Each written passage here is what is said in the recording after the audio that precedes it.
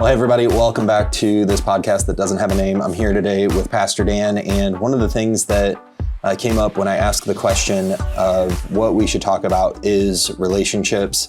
And so today I thought I'd bring in Pastor Dan and have him talk to us about relationships because he's been married how many years now? Almost 38. Almost 38.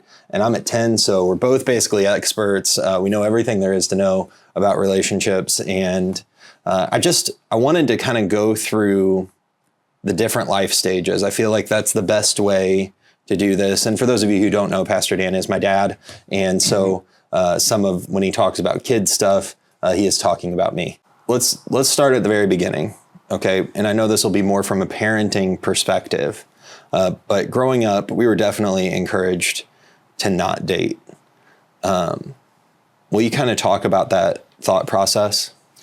Well, I mean, you know, your mom and I were youth pastors for a long time, and so we saw teenage drama a lot. Mm-hmm. And it seemed that it always caused difficulty.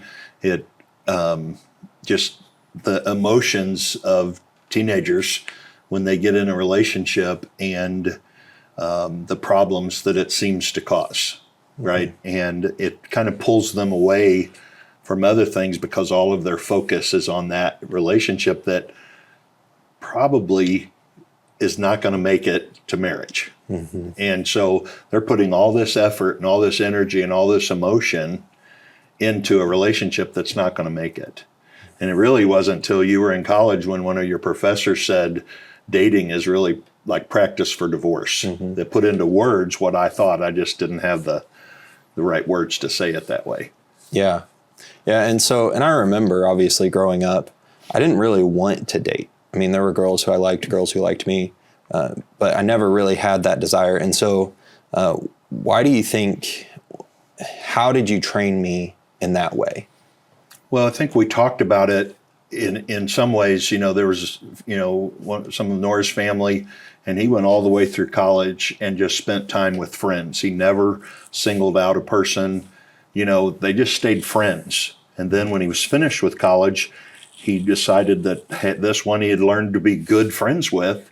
Then he decided to move to the next level and talk about courting and getting married. And mm-hmm. So we saw that work. And I mean, we went to some conferences that talked about those things to help us because we didn't grow up that way.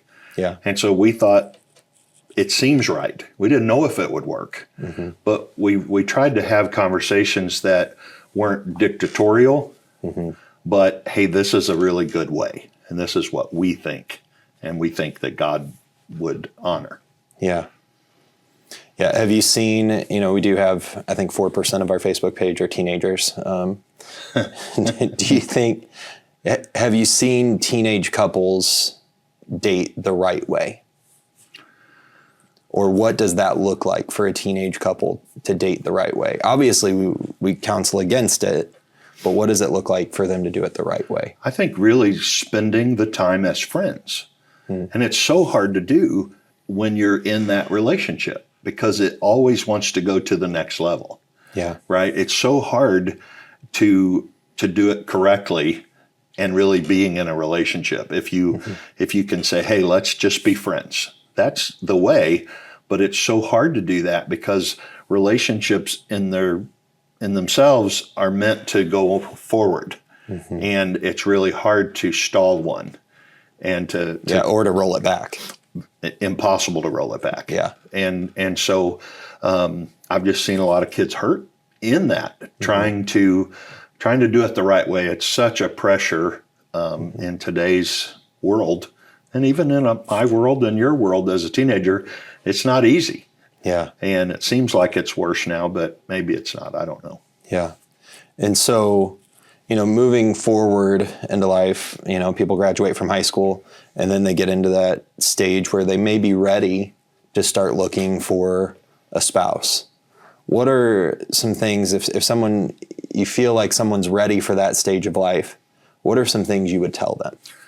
Well, I tell them, hey, start asking God and asking God for the things that you want to see in your spouse, right? Begin communicating with God because He's preparing that person. I truly believe He's preparing a person that is meant for you. We don't always hit it, We don't always find that person because maybe we choose someone else, and God still can honor that and bless that. I don't think that he would, come against us. But I think it's important that we ask God to help us in what we really want in a spouse, right? It's hard when you're 18, 19, 21, 22, because we want to put it in, size and hair color and eye color and those things, and maybe a job or that. But really what matters the long haul is how does your personality match with yours and your calling or your commitment level to God? How do those things match? Because that's what's going to make it for the long haul. And so to ask God, literally make that list and pray over that list. Yeah, and you and Mom met pretty young. And so talk to us about that process, you guys dating. So I was working, she was going to college, and we wanted it to be the God way. We wanted it to be the right way. I felt like she was the one. I don't know if she felt that way right off the bat. She had 3 guys calling her, wanting to go out with her. Yeah, does she feel that way now? I hope so. It's too late now. She has to admit that she does. But, I didn't know. I didn't have training. I didn't have those things, but I was sincere. And so like our first time when I picked her up, I walked to the door, met her parents, walked her out to the car. And when we got in the car, I stopped and said, hey, can we pray? Right? I was nervous as could be to say that because it seems awkward. It seems corny. It doesn't seem like the thing you should do.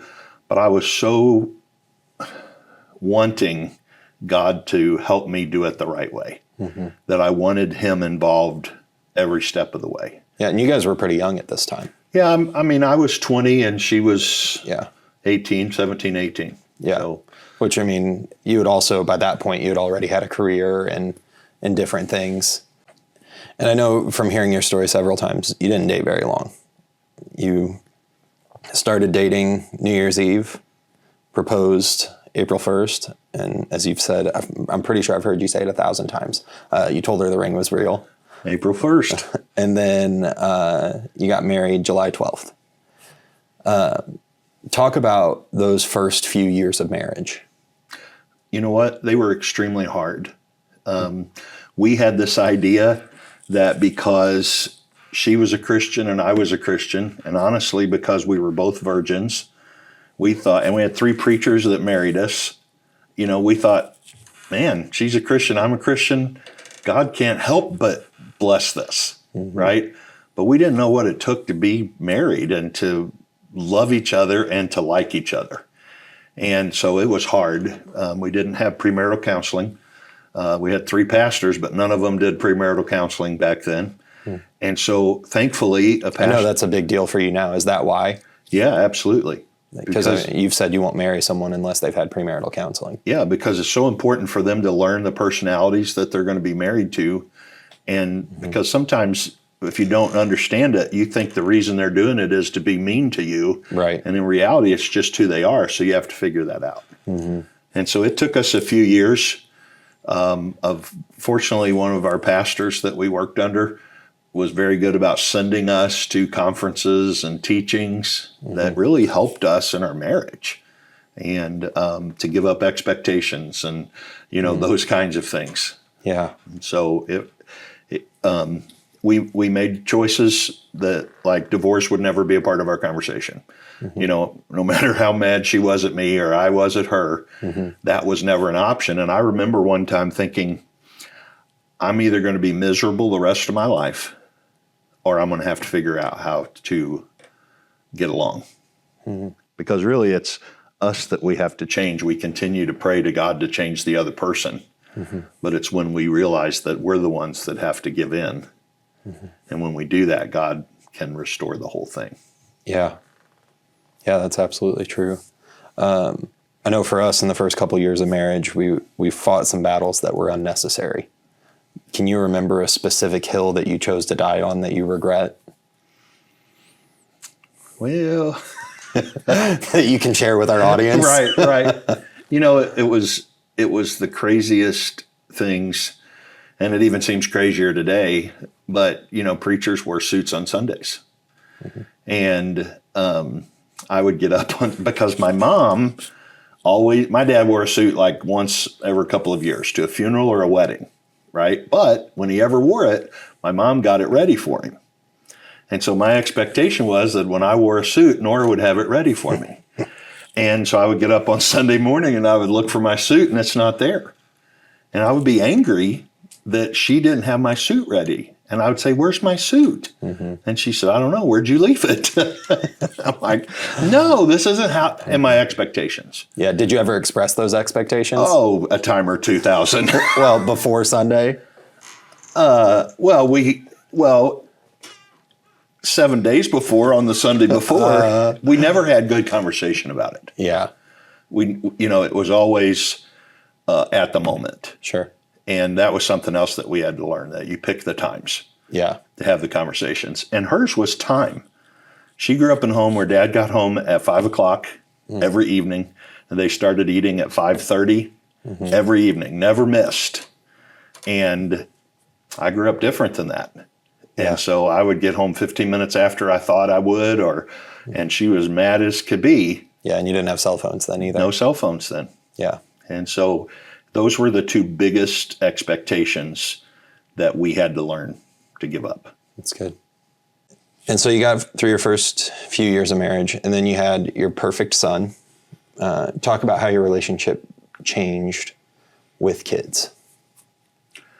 Well, our any selfishness that we had, a lot of it had to leave, right? Because then it's not just the two of you vying for attention or anything.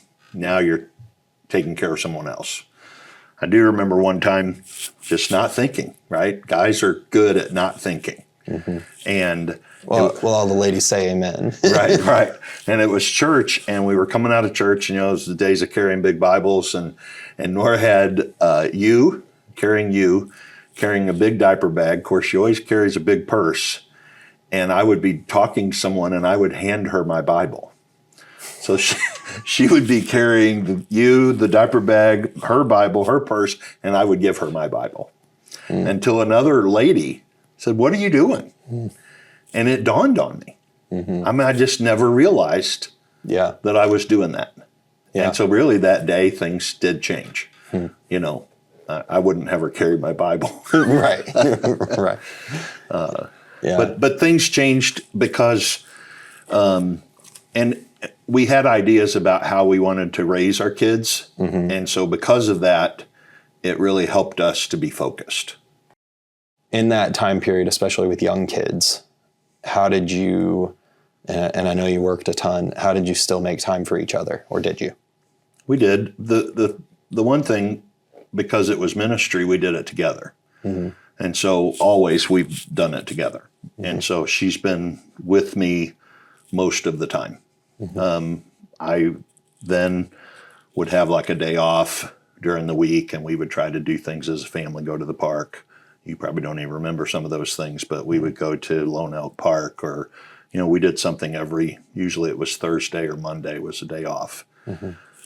And so we would make that a family day, trying to just stay on track with those things. And we didn't do the date nights like people do now. Do you regret that? I don't know. I think it could have been a good thing for us to do. We just didn't know to do it, right? But we still spent time together, right? Now, if you ask her back then, she would say we never spent time together. Yeah. Right. And, but I think she sees it now that we were together.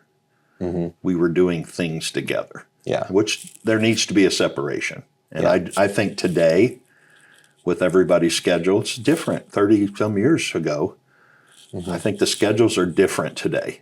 Yeah. And so you have to. And I think it was much easier to leave work at work then than it is now with phones and just constant access. Correct. It's easy. I feel like everybody's been distracted. You see those pictures of people on the train 100 years ago, and everybody's has the newspaper in front of their face, and now they're on their phones. And we find ways to be distracted. But I think finding times, especially with our spouse, where we can focus on them and our relationship is vitally important. Newspapers couldn't call you. That's true. And the only time people could call you is when you were at home. Yeah. You know? Yeah. And so that's a big difference today, you know, yeah, those things. And so moving older, we talked about how you raised kids and stuff like that, and how you trained us to not really want to date even, which is definitely countercultural. But let's talk about the empty nesting years. How did your relationship change when there was nobody at home? Obviously, Rebecca and I were kind of in and out. There was a revolving door there for a little bit, where we still kind of lived at home, but we were more independent. A couple of things that I think about that is, as a parent, I've enjoyed every stage, right? Your senior year in high school, your mom and I cried all the time. Everything was the last time this was going to happen, the last time that was going to happen, right? But then when you went to college, we realized that you're still our son, and you're still a part of our life. It just looks different. And so we were excited for Rebecca to be able to do that. We were ready to get rid of her. I knew you wanted me to say it that way. Thank you. Yeah, that's how we practice. Yeah. But we knew that it was different, but it didn't go away. And so that's what I try to tell people who are maybe a stage behind us. Hey, it just looks different, but it's still good. It's still, it's still really good. And Nora and I, we try to pray. We do pray together every morning. We take time to shut off TV, do those things, to have conversations in the evening, but we still do a lot of things together. But you can be busy together and still not communicate. And so we have to take those times. We take a little bit of time every morning to talk about things. And then in the evening time, we still both work a lot, put a lot of time in. So it may be 8 o'clock when we get home, but we'll shut the TV down or whatever, just to kind of decompress and go through the day and have conversation. So you still prioritize your relationship regardless of what time it is. You have to, because whether you've been married 38 days or 38 years, you still have to invest into that relationship. Yeah. Doesn't just go on autopilot ever. Yeah. What have you seen, and obviously you're a grandparent now, but what do you see kind of looking into the future? What's going to be important to continue to build your relationship? I know investing, but as you age, what are you looking forward to? What are some challenges you expect to happen? Those kind of things. The thing that I was and you were blessed with is, my parents, your grandparents, they did things well. They spent time with grandkids. They took them on trips. They invested in those things. They were able to retire early. And so they took that time, and did things. And your other grandparents, Nora's parents, have done the same thing. And so those are things that I look forward to as the grandkids get older, to be able to do some of those things, go on trips with the grandkids and do those things. So that I think grandparents have a role. I don't think it's parenting. I know that some grandparents have to parent, but my job isn't to parent your kids. Right. And my job is important as a grandparent, to be that person. So I get to speak things into their lives that you have to speak differently. Right. And so I look forward to that as we have the granddaughters and then the one grandson. And those are different. But man, as they become teenagers, having different perspectives, I think is important. Yeah. And I think grandparents do have a role if it's all healthy. Right. And with that, how important is it for your relationship with mom what does that look like in the coming years? Well, you have to, almost 38 years, you kind of know each other. And the things that you used to get bothered about, you just laugh at now. And I think that'll continue. That doesn't mean things don't bother her or bother me from time to time. Right. There's still those little things that we let get to us. But for the most part, after a while, you can just laugh at it.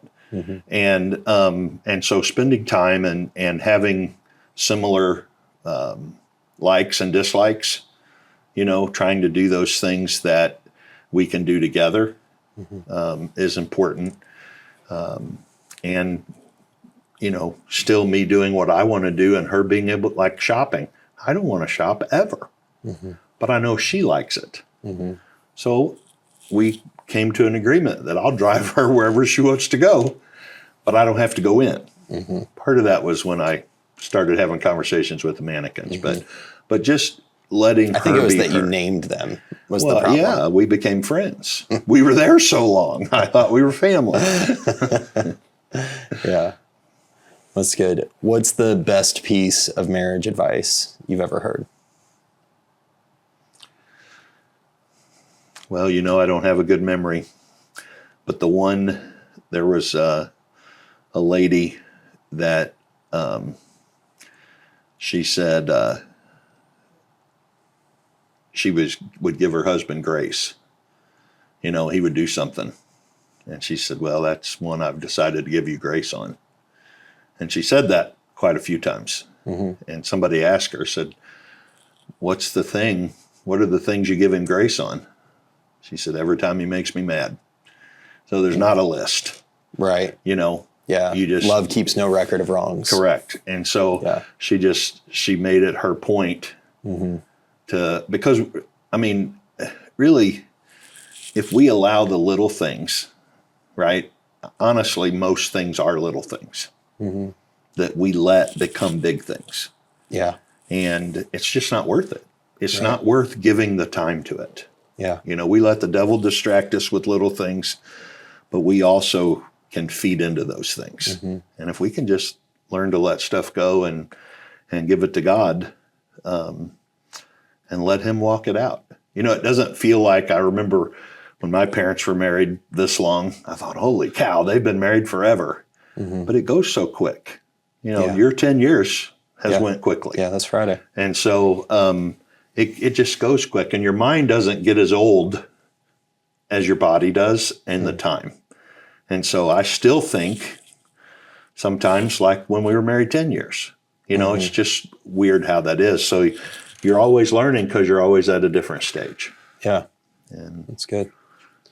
Well, thanks for sitting down with me today. And I think that people are going to get a lot of value from this specific episode. Thanks for joining us.